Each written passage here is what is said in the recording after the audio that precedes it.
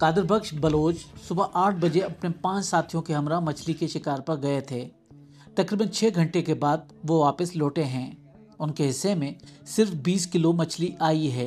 बाकी मच्छी 20 किलो है, 4000 रुपये होगा। इसको पेट्रोल का निकालेंगे, बाकी इसको 7 हिस्से में करेंगे। तो पेट्रोल का खर्चा कितना लग गया? पेट्रोल का तकरीबन, ये तो बड़ा 40 वाला इंजन है, ये 3 तकरीबन गैलन का आते हैं। 3 गैलन 12 लीटर होते हैं आयल के साथ, और आयल अलग। और 12 लीटर के पैसे हम निकालते हैं 4000 रुपये के अंदर, फिर उसको तस्कीम करते हैं। 300-200 रुपये मिलता है। अभी तो बॉर्डर बंद है। अभी तो मसला ये है कि जंग की वजह से बॉर्डर बंद है। अगर बॉर्डर खुल जाए तो हमारा तेल भी सस्ता हो जाएगा। तेल सस्ता होगा, हमको फ़ायदा होता है ना, क्योंकि हम 2000 का तेल अभी लेते हैं। अगर सस्ता हो जाए हम 1000 का लेते हैं। 1000 रुपये हमको फ़ायदा होगा। तकरीबन 3 गैलन से 1000 रुपये हमको फ़ायदा होगा। ईरान और इसराइल की जंग के बाद पाकिस्तान और ईरान ने अपनी सरहदों को बंद कर दिया और सरहदी इलाकों में सख्ती भी कर दी, जिसकी वजह से ग्वादर समेत बलूचिस्तान भर में तेल की आमद का सिलसिला कम हुआ और उसकी कीमतें बढ़ गई हैं। सिर्फ ग्वादर में ही 40,000 माहीगीर छोटी बड़ी कश्तियों पर माहीगीरी के लिए लांचों और स्पीड बोट्स पर समंदर में जाते हैं। ये माहीगीर पहले ही डीप सी ट्रॉलर से परेशान थे। तेल की कीमतों में इजाफा एक और मुश्किल लेकर आई है।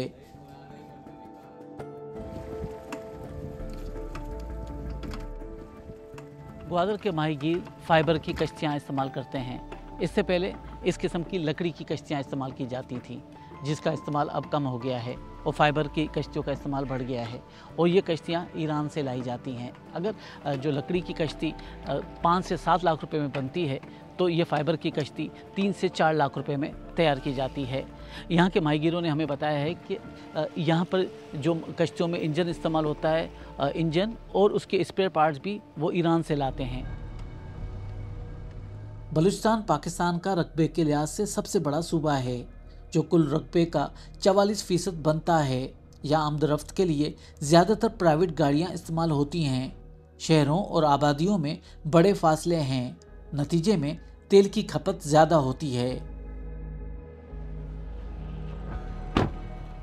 हम ग्वादर से तुर्बत पहुँचे हैं। तकरीबन 150 किलोमीटर का सफ़र हमने तय किया है। इस पूरे फासले में हमें कहीं भी हुकूमत पाकिस्तान के ज़ेर इंतज़ाम पंप या निजी जो कंपनियां हैं उनका कोई पेट्रोल पंप नज़र नहीं आया। आमतौर पर पंजाब और सिंध में हर 1 किलोमीटर 2 किलोमीटर के बाद इस किस्म के पंप नज़र आते हैं, मगर बलूचिस्तान और ख़ास तौर पर जो ईरान के बॉर्डर के साथ बलूचिस्तान के ज़िले हैं, वहाँ पे इस किस्म की कोई सहूलत मौजूद नहीं है। वहाँ पर इस किस्म के जो पॉइंट्स मौजूद होते हैं जहाँ पर ईरान का डीज़ल और पेट्रोल फ़रोख्त किया जाता है।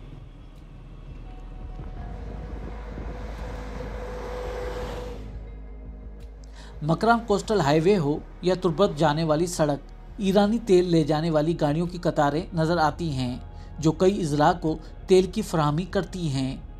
ईरान और पाकिस्तान बॉर्डर पर बाढ़ लगने के बाद ईरानी तेल की आमद हर जगह से नहीं होती। यहाँ जम्बात पिकअप वाले जीवनी या कुंटानी से ये तेल लेकर आते हैं। उनके रोज़गार का वसीला यही है। अभी ये जब जंग चल रहा है तो बॉर्डर में थोड़ा सख्ती भी होगा, सख्ती भी चल रहा है, क्योंकि फिर पहले जैसा काम नहीं चल रहा है। यही बॉर्डर के हम लोग जो बॉर्डर जब काम होगा हम लोग तो घर सही चलेगा, चूल्हा हम लोग का चलेगा। जब नहीं होगा तो इधर उधर कर्जा करना पड़ेगा, फिर चलाएगा। ये बॉर्डर का जो कारोबार है, ये समझो ये जुआ है, इसमें कोई फिक्स रेट नहीं है। कभी मिलेगा 20-30 हज़ार, कभी 40 हज़ार, कभी तो जेब में भी देना पड़ेगा। जीवनी जाने वाली सड़क के बाद हम कच्चे रास्ते से कुंटानी के लिए रवाना हुए। इस दुश्वार और वीरान रास्ते में हमें इक्का दुक्का पिकअप गाड़ियां नज़र आईं, जो ईरानी डीजल और पेट्रोल के जेरी कैन से लदी हुई थीं। ये कुंटानी का साहिल है जो ग्वादर से तकरीबन 100 किलोमीटर दूर वाक़ है। यहाँ पर ईरान से आने वाला तेल ऑफलोड किया जाता है। ये तेल मुख्तलिफ लांचेस के ज़रिए यहाँ पहुँचता है। जब तुर्बत, माशकेल और ताफ्तान की तरफ जंबात पर सख्ती हुई और वहाँ पर ईरानी तेल का कारोबार मुश्किल हुआ तो यहाँ पर लांचों के ज़रिए से उस बॉर्डर के उस तरफ से तेल की आमद का सिलसिला शुरू हुआ और यहाँ पर तेल आता है और उसके बाद मुख्तलिफ गाड़ियों के ज़रिए अपनी आगे मंजिल की तरफ रवाना होता है। हालिया कशीदगी की वजह से यहाँ पर जो कारोबार है मुतासर हुआ है। यहाँ पर कई 100 की तादाद में लांचें नज़र आती हैं और कई मीलों की सूरत में यहाँ पे ऐसे किस्म के डिपो नज़र आते हैं जिनके ज़रिए ये कारोबार होता है। मकरान के साहिल से लेकर ताफ्तान तक ईरान की बलूचिस्तान के साथ 900 किलोमीटर मुश्तरका सरहद है। कुंटानी में इतनी बड़ी तादाद में स्पीड बोट्स की मौजूदगी और ईरानी तेल की आमद से ऐसा ही लगता है कि दोनों हुकूमतों ने इससे नज़र फेर रखी है। ताहम बवक्त ज़रूरत सख्ती भी कर दी जाती है। मिनिमम 50% कमी हुई है क्योंकि उस तरफ से भी वो एक मुल्क के प्रेशर में और यहाँ के भी जो कारोबार के अलग अलग तरीके हैं वो सारे बंद हो गए। ये 250 वाटर हो गया, जो लाइसेंस याफ्ता लोग काम कर रहे हैं वो भी बंद हो गया है।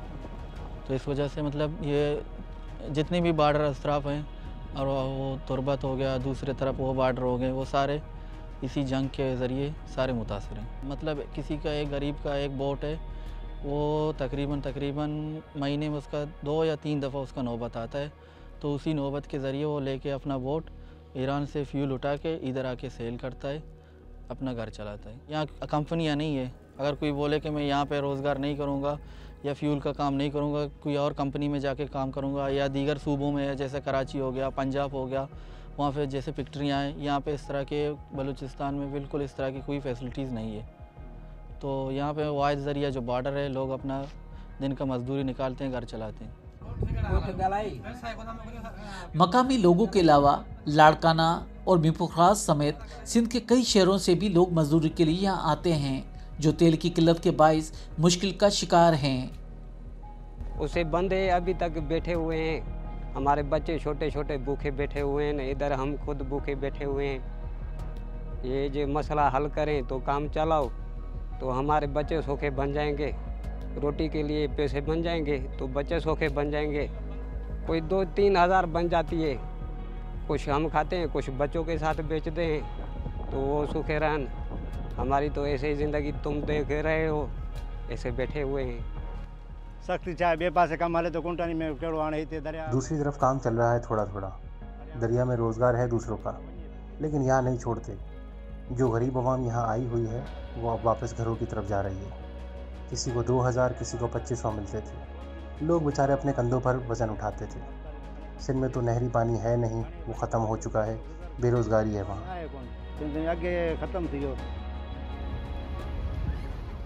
ईरान और इसराइल ने इस वक्त जंगबंदी का ऐलान तो किया है, लेकिन ये कितना मौसर होगी अभी वाज़ेह नहीं। ताहम ईरान और बलूचिस्तान के दरमियान अभी भी सरहदी अमूर मामूल पर नहीं आए हैं।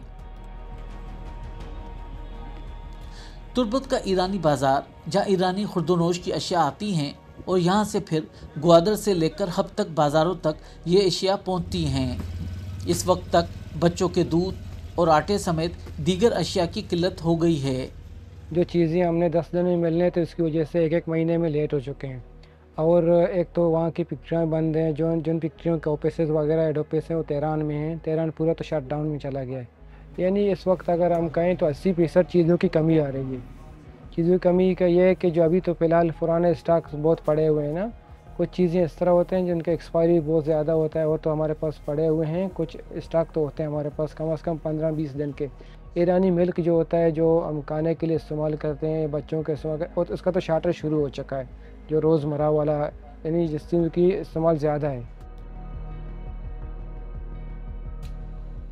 चीन पाकिस्तान इक्तिसादी राहदारी का मरकज़ शहर ग्वादर हो या तुर्बत, यहाँ तेल और खाने पीने की अशिया से लेकर बिजली तक ईरान से आती है।